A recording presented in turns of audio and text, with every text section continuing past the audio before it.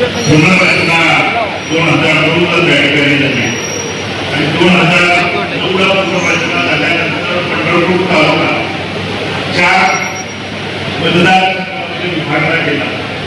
काही भाग पंढरपूर आणि मंगळवेढा त्या ठिकाणी जोडला गेला. काही भाग मोहोळ मतदारसंघाला जोडला गेला. काही भाग माढा मतदारसंघाला जोडला गेला. काही भाग सांगोला मतदारसंघाला त्या ठिकाणी जोडला गेला.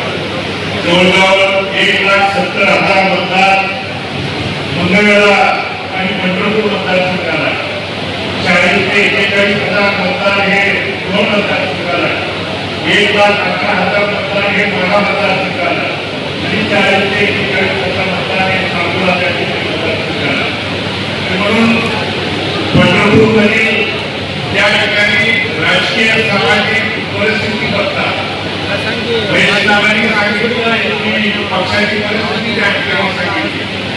2009 मतदारसंघाची पुनर्रचना झाल्यानंतर त्या दरम्यान माझ्या वडिलांनी या भागात पहिल्यांदा त्या ठिकाणी निवडणूक लढवल्यानंतर या मतदारसंघाचं प्रतिनिधित्व 2009, 14 आणि 19 तिन्ही वेळा त्या ठिकाणी करत असताना त्यांच्यानंतर 2021 ला ही निवडणूक त्या ठिकाणी निवडणूक त्यांच्याबद्दल चिंतानंतर पोटनिवडणूक त्या ठिकाणी लढवली. माझ्या प्रचाराच्या निमित्तानं साहेब आपण मंगळवेढ्यामध्ये त्या ठिकाणी मरुडे गावामध्ये सगळी त्या ठिकाणी आपण आलो होता. त्यानंतर 2024 ला झालेली निवडणूक असेल, या निवडणुकीमध्ये प्रत्यक्ष या मतदारसंघामध्ये निवडणूक लढवत असताना आज त्या भागाच्या प्रत्येक सर्वांगीण शेतकऱ्यांच्या असतील, माझ्या वडिलांनी त्या भागाच्या लोकांच्यासाठी केलेले काम असेल, लोकांच्यासाठी केलेली शेवटच्या सरकारने दिलेली भूमिका असेल, शिकवण असेल, जेवढी त्या ठिकाणी केलेलं काम असेल, ती भूमिका पार पाडण्यासाठी आम्ही त्या ठिकाणी काम केलं. आणि या 2024च्या विधानसभेच्या इलेक्शनमध्ये 1,16,700 मतदार बंधू भगिनी आशीर्वाद मोठी मतदार पाठबळ देण्याची भूमिका त्या ठिकाणी दिली. साहेब 8,400 मतांनी माझा पराभव झाला. मी पराभव त्या ठिकाणी साहेब उदार अंतकरणाने स्वीकारला.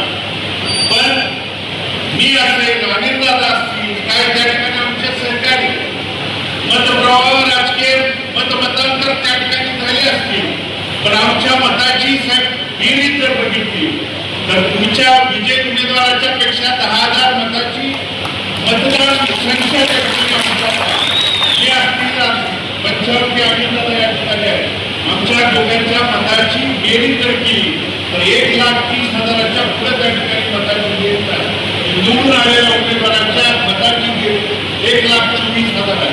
त्यामुळं इथून पुढच्या काळात साहेब आपण असाल, आदरणीय शिंदे साहेब असतील, आदरणीय पक्षाच्या सर्व नेते मंडळी या आमच्या पाठीमागून पाठिंबा देण्यासाठी त्या ठिकाणी भक्कमपणे पाठीशी असाल तर पण नगरपालिकेला दाखवून दिलं. त्यावेळी त्या ठिकाणी आदरणीय शिंदे साहेबांनी आशीर्वाद दिल्यानंतर आम्ही त्या ठिकाणी पंढरपूर असेल, मंगळवेढची नगरपालिका साहेबांना सांगितलं होतं की आम्ही निवडून आपणच साहेब आम्ही तुमच्याकडे त्या ठिकाणी भूमिका आम्ही पूर्ण करण्याची जबाबदारी त्या ठिकाणी घेतली होती. पंचायत समिती असेल, जिल्हा परिषद असेल, आणि या पंढरपूरवरती आपण आशीर्वाद केला, पाठबळ दिलं तर आजूबाजूचे लोक त्या ठिकाणी 4 मतदारसंघाला विभागलेला तालुका नक्कीच भविष्य काळात सोलापूर जिल्ह्यात शिवसेना पक्षाची जबाबदारी त्या ठिकाणी जिल्ह्यात सगळीकडे त्या ठिकाणी वाटल्याशिवाय राहणार नाही. साहेब आम्ही आमच्यावरती किंवा आमच्याकडेच लक्ष देणार नाही तर काम करणाऱ्या कार्यकर्त्यांना जर दाखल केली तर नक्की पक्ष त्या ठिकाणी वाढेल. भविष्य काळात पक्षात काम करणाऱ्या तरुणांना कार्यकर्त्यांना जर संधी दिली तर नेत्यांचे देखील हात आणि त्या ठिकाणी त्या ठिकाणी मजबूत होणार आहे. आणि आपल्याला शिंदे साहेबांना भविष्यात त्या ठिकाणी मुख्यमंत्री म्हणून पुन्हा एकदा शेतकऱ्यांच्यासाठी, माता भगिनींच्यासाठी त्या ठिकाणी बघायचं आहे. कारण ज्या योजना शेतकऱ्यांच्यासाठी असतील आज माता भगिनींच्यासाठी त्या ठिकाणी साहेबांनी केलेल्या आहेत. त्या पुनश्च एकदा चांगल्या पद्धतीनं चालवायचे असतील तर शिंदे साहेबांच्या सारखा नेता राज्याच्या मुख्यमंत्री पदावरच्या वरती नेण्यासाठी आपल्याला आपल्या जिल्ह्यात योगदान देण्यासाठी हा आढावा बैठक असेल, जिल्ह्याने अभियान दौरा आपण त्या ठिकाणी म्हणत असाल आता कुठे इलेक्शन नाही काय नाही मग दौरे कशाचे, तर हे 2029च्या नियोजनासाठीच्या 3 वर्ष अगोदरचं जर आपण नियोजन केलं तर भविष्य काळात नक्कीच आपल्या जिल्ह्यातून जास्तीत जास्त आपल्या पक्षाचे आमदार त्या ठिकाणी जर आपण पाठवून दिले, आपण त्या ठिकाणी पाठबळ केलं तर आपल्या नेत्याचा पाठीमागे भक्कमपणे पक्षाचे उद्या आवाज उठवण्यासाठी, पक्षाच्या पाठीमागे आवाज देण्यासाठी आपलं त्या ठिकाणी पाठबळ आपला भक्कमपणा देण्याच्यासाठी ही त्या ठिकाणी निवेदन असेल बैठक त्या ठिकाणी आहे. म्हणून मी पुनश्च एकदा सांगतो, कारण साहेब मी 12 एप्रिलला पक्षामध्ये प्रवेश केला, मी तितका अधिकारवाणीनं सांगण्याचा नाही, पण मी नक्की सांगेन या पक्षामध्ये असलेले मतांतर प्रत्येक पक्षामध्ये त्या ठिकाणी असतात, पण मतांतर बाजूला करून एकमेकाच्या हातात हात घालून भक्कमपणे जर काम केलं तर कुठल्याही भविष्य काळात जे काही अडचण असेल, संकट असेल ते कोणतेही त्या ठिकाणी आपल्याला त्या ठिकाणी दूर करण्यासाठी अडचण येणार नाही आणि ती भूमिका पार पाडण्यासाठी आज जी जबाबदारीला आपण महाराष्ट्रातून दूर काढताय तो नक्कीच महाराष्ट्रातला तरुण असेल, वडीलधारी असेल, शेतकरी असेल, माता भगिनी आपल्या त्या ठिकाणी प्रयत्नाला नक्की भविष्य काळात यश देऊ हे पांढरकच्या साक्षीने आज या ठिकाणी मी आपल्याला त्या ठिकाणी सांगू इच्छितो.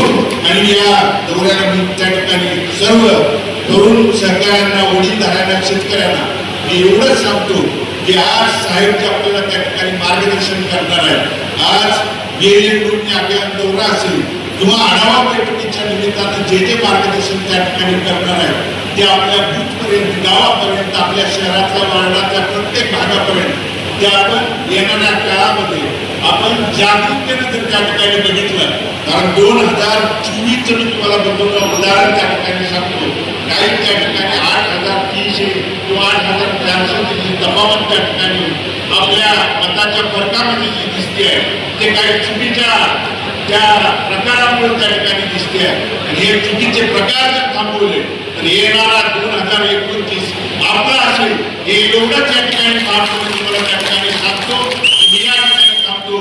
धन्यवाद.